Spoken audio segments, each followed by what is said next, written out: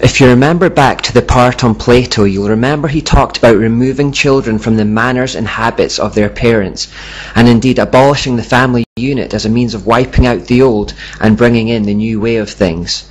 The United Nations likes that idea, and it has instigated a war on parents through its education system. Youth Ant said, "The world will not change and find peace if there is not a new education." Dr. Brock Chisholm, former director of the United Nations World Health Organization, identified family loyalty, amongst other things, as a hindrance to this when he said, "To achieve world government, it is necessary to remove from the minds of men their individualism, loyalty to family traditions, national patriotism, and religious dogmas." Brock Chisholm also echoed Plato when he said, "What basic psychological distortion can be found in every civilization of which we know anything? The only psychological force capable of producing these perversions is morality, the concept of right and wrong. The reinterpretation and eventual eradication of the concept of right and wrong are the belated objectives of nearly all psychotherapy. If the race is to be freed from its crippling burden of good and evil, it must be psychiatrists who take the original responsibility." So the UN thinks that children having a concept of right and wrong is a bad thing. At first, children must have their views of right and wrong skewed, and then eventually taught that there is no such thing as right and wrong at all. The NGO that looks after education in the United Nations is UNESCO. UNESCO's constitution was written by an Illuminati Mason called Archibald MacLeish. He was a member of the Skull and Bone Society. The first director of UNESCO was Julian Huxley, the brother of Aldous Huxley. He was the 1962 Humanist of the Year and a member of the Communistic Colonial Bureau of the British Fabian Society. He was also a signatory on the Humanist Manifesto too. Under Huxley's guidance, the United Nations produced a document called the Handbook for Teachers, and it reminded teachers of their role in preparing children for a world organization. Huxley said in 1948, "Its education program can stress the ultimate need for world political unity and familiarize all the peoples with the implications of the transfer of full sovereignty from separate nations to a world organization. Political unification and some sort of world government will be required." UNESCO explained, "If UNESCO is attacked on the grounds that it is helping to prepare the world's people for world government, then it is an error to burst forth with apologetic statements and denials. Let us face it, the job of UNESCO is to help create and promote world citizenship. When faced with such a charge, let us by all means affirm it from the housetops." They're not even pretending to hide it. So in whatever country you live, you may notice the media and education systems encouraging you to feel ashamed of your nationality, your history, or your politicians.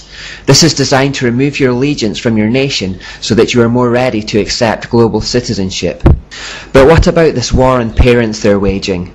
On the opening page of the UNESCO handbook it says, "Before the child has entered school, his mind has already been profoundly marked, and often injuriously, by earlier influences, i.e. parents, first gained, however dimly, in the home." UNESCO thinks that if you have been teaching your child the truth about God in the home, then you have injured their mind, and that this needs to be undone in the school. Page 58 of the UNESCO handbook says, "As we have pointed out, it is frequently the family that infects the child with extreme nationalism. The school should therefore use the means described earlier to combat family attitudes. The whole aim is to undermine Judeo-Christian values and to eradicate it as an infection from the minds of children." Peter Hoagland perhaps sums up their attitude when he says, "Fundamental Bible-believing people do not have the right to indoctrinate their children in their religious beliefs because we, the state, are preparing them for the year 2000 when America will be part of a one-world global society and their children will not fit in." They are, in fact, encouraging children to rebel against their parents' instruction, and by doing so they are of course breaking the fifth commandment to honour your father and mother. On page 8 of the handbook for teachers it says, "The kindergarten or infant school has a significant part to play in the child's education. Not only can it correct many of the errors of home training, but it can also prepare the child for membership at about age 7 in a group of his own age and habits. the first of many such social identifications that he must achieve on his way to membership in the world society. Again, they see the teaching of parents as errors that need to be corrected. Parents are today, therefore, being asked to hand their kids over to a system that will at the earliest possible age begin indoctrinating them with their philosophical ideas that run contrary to any Christians. We can also see from this quotation that they believe peer pressure will aid their cause. Today, because of the economic squeeze on average working families, along with the Lilith-inspired feminist movement, many mothers have either been taught to think of motherhood as something inferior to careerism, or have financially been left with no choice but to go to work and leave their child in the hands of others. This separation between kids and parents is good for the United Nations.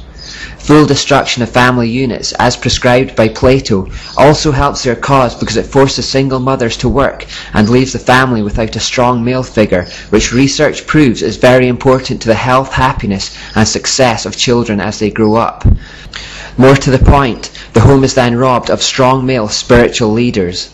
Satan has been waging a sustained attack on men and male identity for a long time, in the knowledge that if he can render them weak, disillusioned and stunted spiritually, the rest of his work becomes a lot easier.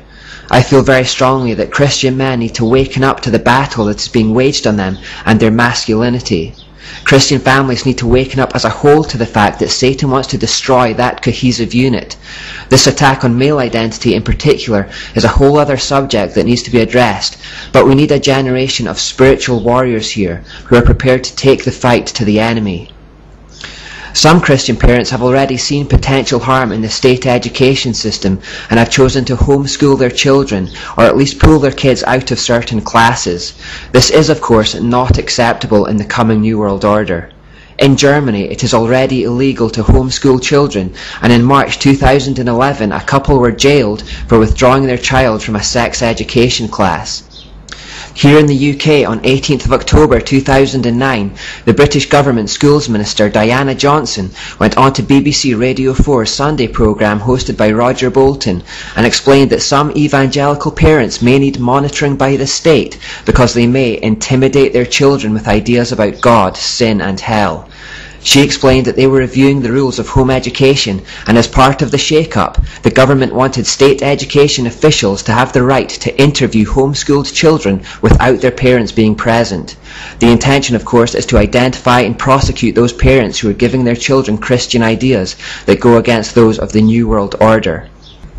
Are these the actions of a free nation, when the government wants to prosecute people who think the wrong things, believe the wrong things, and speak the wrong things? It seems to me we don't realise how dark things have become.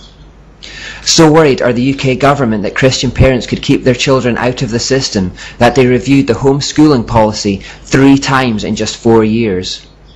Just a couple of months before that interview on the BBC, an American court ruled that a homeschooled girl aged 10 should have to start attending a state-run school because her views were deemed to be too Christian.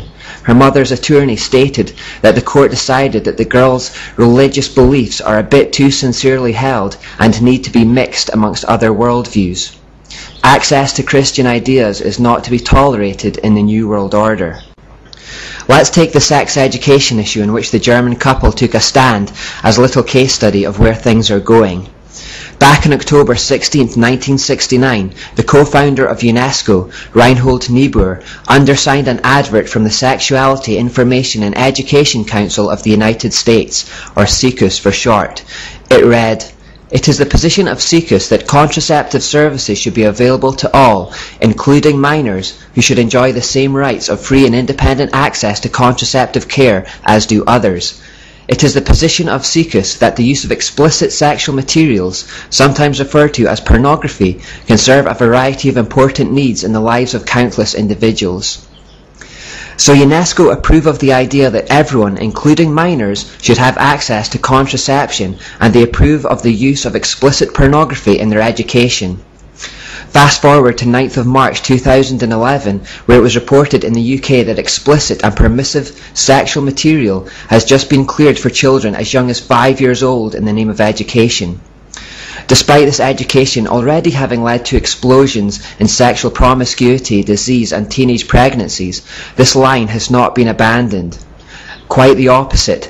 The age at which children have access to it is reduced. Furthermore, free contraception is now widely available to facilitate early sexual activity, which is promoted as safe, but which is anything but. Disease has skyrocketed. These policies daily help destroy the lives of young people around the world. The reason it's not being reversed is because they're not really concerned about the well-being of individuals. The primary aim of the whole United Nations organization is to usher in the required conditions for their Christ Lucifer. The end justifies the means in their eyes. As the parents in Germany found out, they are jailed if they try to keep their children away from it. Huxley's UNESCO handbook even perpetuated the old ideas of eugenics, saying, "Thus, even though it is quite true that any radical eugenic policy will be for many years politically and psychologically impossible, it will be important for UNESCO to see that the eugenic problem is examined with the greatest care, and that the public mind is informed of the issues at stake, so that much that is now unthinkable may at least become thinkable."